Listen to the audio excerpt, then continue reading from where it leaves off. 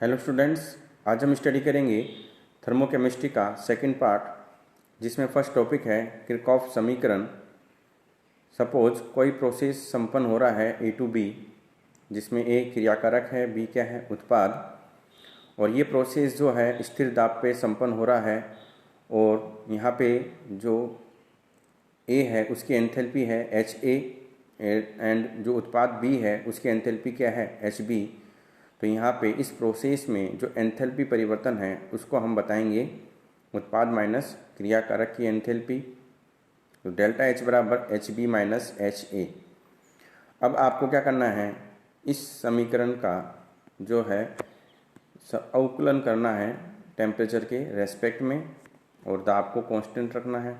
तो ये partial differentiation है, ठीक है। उसमें अब आप यहाँ देख रहे हैं कि जो एंथैल्पी में परिवर्तन है टेम्परेचर के रेस्पेक्ट में एट कांस्टेंट प्रेशर, उसको हम बताते हैं सीपी से। सीपी क्या है, यहाँ पे नियत दाब पर ऊष्माधारिता। तो हमें जो है समीकरण को रीअरेंज करने पर हमें निम्न समीकरण प्राप्त होती है, जिसे हम किरचॉफ समीकरण कहते हैं। यहाँ पे जो डेल्टा सीपी है वो है उत्पाद व अभिकारकों की ऊष्माधारिताओं में अंतर।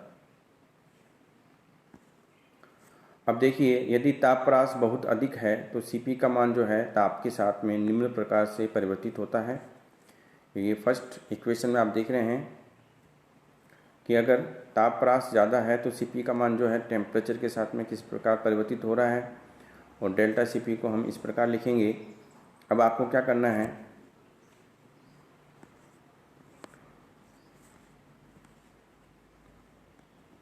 इस समीकरण की सहायता से आपको Cp का मान यहाँ रखना है, और इस समीकरण जो किरचॉफ समीकरण प्राप्त हुई है इसका हम क्या करेंगे, इंटीग्रेशन करेंगे।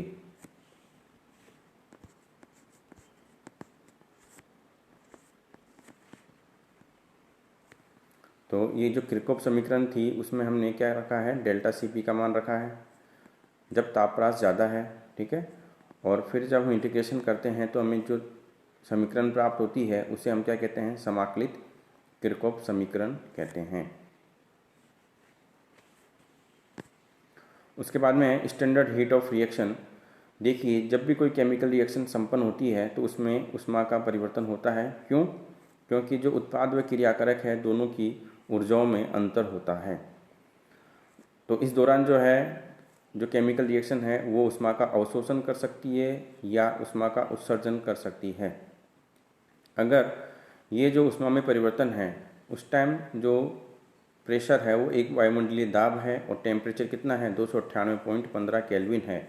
तो उस टाइम उस कंडीशन में जो हीट ऑफ रिएक्शन है उसे हम क्या कहते हैं, स्टैंडर्ड हीट ऑफ रिएक्शन कहते हैं। अब हम समझते हैं various type of heat of reaction, जिसमें फर्स्ट है हीट ऑफ कंबशन, दहन ऊष्मा। इसमें क्या है, किसी पदार्थ के 1 मोल के पूर्णतः दहन होने में जो एंथैल्पी परिवर्तन होता है उसे हम दहन ऊष्मा कहते हैं। आप यहाँ देख रहे हैं मीथेन। तो यहाँ मीथेन का दहन करवाएंगे तो उसके लिए हम उपयोग में लेते हैं ऑक्सीजन, और जो उत्पाद मिल रहा है वो है CO2 और वाटर। इस रिएक्शन को जब बैलेंस करेंगे तो मीथेन का 1 मोल काम आ रहा है, ऑक्सीजन के 2 मोल काम आ रहे हैं, CO2 का 1 मोल बन रहा है और वाटर का 2 मोल प्राप्त हो रहे हैं। और इसमें जो है ये एंथैल्पी परिवर्तन हो रहा है, डेट मीन्स ऊष्मा उत्सर्जित हो रही है। फिर है कैलोरीफिक वैल्यू, कैलोरी मान। तो इसका मतलब क्या होता है, तो किसी पदार्थ का 1 पाउंड मात्रा के पूर्ण दहन में जो ऊष्मा में परिवर्तन होता है उसे हम क्या कहते हैं, कैलोरीफिक वैल्यू। इसको हम ईंधन के रेस्पेक्ट में भी प्रयोग कर सकते हैं, भोजन के रेस्पेक्ट में प्रयोग कर सकते हैं।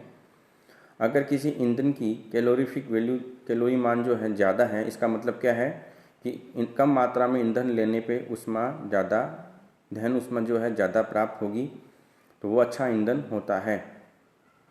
ऐसे ही भोजन का कैलोरीफिक वैल्यू भी अच्छा होना चाहिए। हम अगर व्यक्ति के रूप में देखा जाए तो जो व्यक्ति को प्रतिदिन जो है 300 किलो कैलोरी की ऊष्मा की आवश्यकता होती है। और जो है हम कंबशन, हीट ऑफ कंबशन से जो है हम हीट ऑफ रिएक्शन को कैलकुलेट कर सकते हैं। अब है हीट ऑफ फॉर्मेशन। तो इसमें क्या होगा, यहाँ पे आप देख रहे हैं कि हमें 1 मोल पदार्थ बनाना है, उसके अवयवी तत्वों से। तो अपने तत्वों से किसी पदार्थ के 1 मोल के बनने पर जो एंथैल्पी परिवर्तन है उसे हम क्या कहते हैं, हीट ऑफ फॉर्मेशन कहते हैं। अब यहाँ देख रहे हैं कि यहाँ पे जो H2O है उसके कितने मोल बन रहे हैं, 1 मोल बन रहा है। HCl का भी 1 मोल बन रहा है। तो इस दौरान जो है एंथैल्पी में जो परिवर्तन है वो क्या कहलाएगा, हीट ऑफ फॉर्मेशन। यहाँ पे आप देख रहे हैं कि जो हीट ऑफ फॉर्मेशन है उसकी जो है हम रिलेटिव वैल्यू प्राप्त कर सकते हैं। जो एंथैल्पी में परिवर्तन है उसका हम जो है निरपेक्ष मान गण का कैलकुलेट करना कठिन है, लेकिन सापेक्ष एंथैल्पी ज्ञात करना इजी है। वो कैसे, हम इसे एक एग्जांपल से समझते हैं। यहाँ आप देख रहे हैं कि हम सल्फर का ऑक्सीडेशन करवा रहे हैं। अब इस रिएक्शन में जो है उत्पाद और ये क्या है, क्रियाकारक। अब यहाँ पे जो सल्फर है, उत्पाद जो है सल्फर डाइऑक्साइड है और क्रियाकारक क्या है, सल्फर और ऑक्सीजन। तो यहाँ पे जो सल्फर और ऑक्सीजन है उनकी एंथैल्पी मुक्त अवस्था में क्या होगी, 0। ये हमने इच्छा से माना है कि जो तत्व हैं उनकी मुक्त अवस्था में जो एंथैल्पी है 0।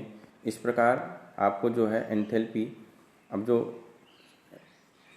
SO2 फॉर्मेशन की जो एंथैल्पी है उसमें जो है हीट ऑफ रिएक्शन जो काम आ रही है वही हीट ऑफ फॉर्मेशन होगी। इस प्रकार हमने क्या किया है, जो है सापेक्ष एंथैल्पी निकाला है, क्योंकि हमने तत्वों की मुक्त अवस्था में जो एंथैल्पी है वो क्या ले लिया है, 0। और यहाँ पे जो है अब जो हीट ऑफ रिएक्शन हुई है वही क्या कहलाएगी, इस SO2 का हीट ऑफ फॉर्मेशन। ठीक है। उसके बाद में है हीट ऑफ न्यूट्रलाइजेशन।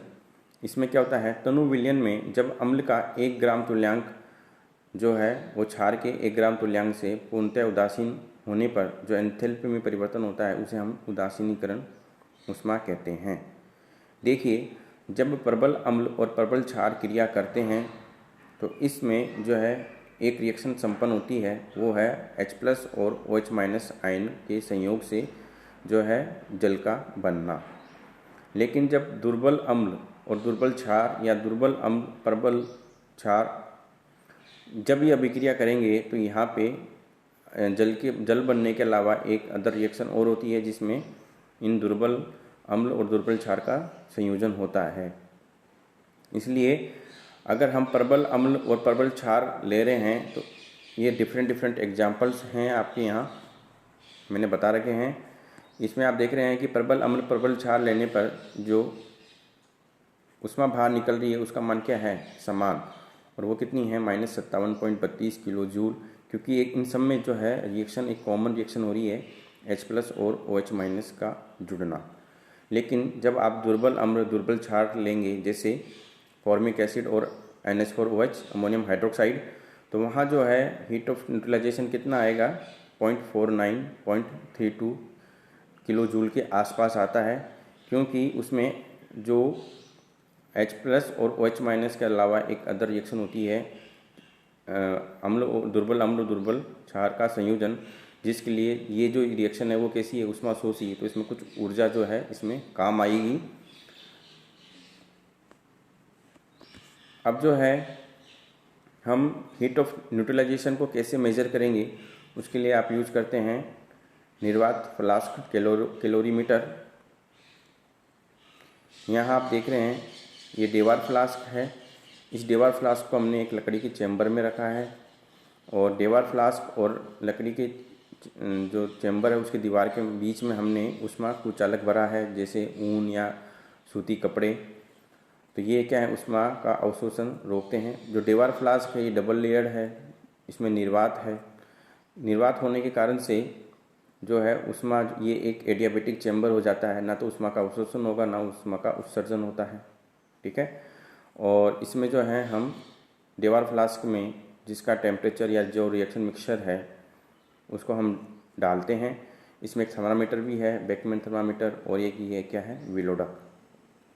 अब देखिए, आपको हीट ऑफ न्यूट्रलाइजेशन निकालने के लिए पहले जो कैलोरीमीटर का जल तुल्यांक निकालना होता है।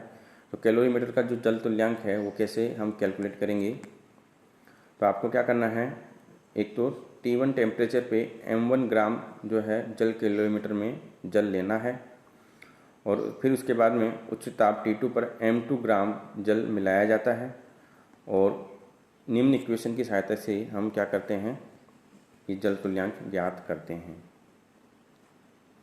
फिर उसके बाद में क्या करना है, आपको जो डेवार फ्लास्क है उसमें जो है 100 ml आपको HCl लेना है और नॉर्मलता हम उसकी ले सकते हैं 1 नॉर्मलिटी का HCl। ऐसे ही एक बीकर में आपको क्या लेना है, NaOH लेना है 100 ml, ठीक है। और इस NaOH को आपको पहले दोनों का टेम्परेचर इक्वल हो जाए और फिर क्या करना, और दोनों का टेम्परेचर जो HCl है और 100 ml और जो 100 ml NaOH है, इन दोनों का हम जो है टेम्परेचर नोट कर लेते हैं। और फिर जो है आपको डेवार फ्लास्क में जो HCl लिया है उसमें आपको क्या मिलाना है, NaOH। तो उदासीनीकरण अभिक्रिया होगी और जब पूरी रिएक्शन हो जाती है तो हम लास्ट का टेम्परेचर कैलकुलेट करते हैं। लास्ट का जो टेम्परेचर है T6 जो है हम निम्न ग्राफ की सहायता से कैलकुलेट करते हैं और इन सब का जो है मान हम इस निम्न इक्वेशन में प्राप्त कर रखते हैं। तो हमें जो है Q जो ऊष्मा उत्सर्जित हुई है उदासीनीकरण में उसका वैल्यू प्राप्त होता है। उसके बाद में हम कैलकुलेट करेंगे हीट ऑफ न्यूट्रलाइजेशन। उसके लिए जो है इसकी वैल्यू जो है वो किसके बराबर होती है, 10Q के बराबर होती है। तो यहाँ पे मैंने ये 10 को भी लगाया है। 10 कैसे आया तो आप ये समझ सकते हैं। 10 जो है 100 ml, अगर NaHCl को उदासीकरण में जो ऊष्मा उत्पन्न होती है वो Q है तो 1000 ml HCl के उदासीकरण में जो ऊष्मा उत्पन्न होगी वो कितनी होगी, 1000/100 Q कैलोरी। और अगर 1 ग्राम तुल्यांक HCl के उदासीकरण में ऊष्मा कितनी आएगी, 10 Q कैलोरी। इसलिए इस समीकरण में हमने 10 और लगाया है। इस प्रकार से हम हीट ऑफ न्यूट्रलाइजेशन कैलकुलेट कर सकते हैं। Thank you.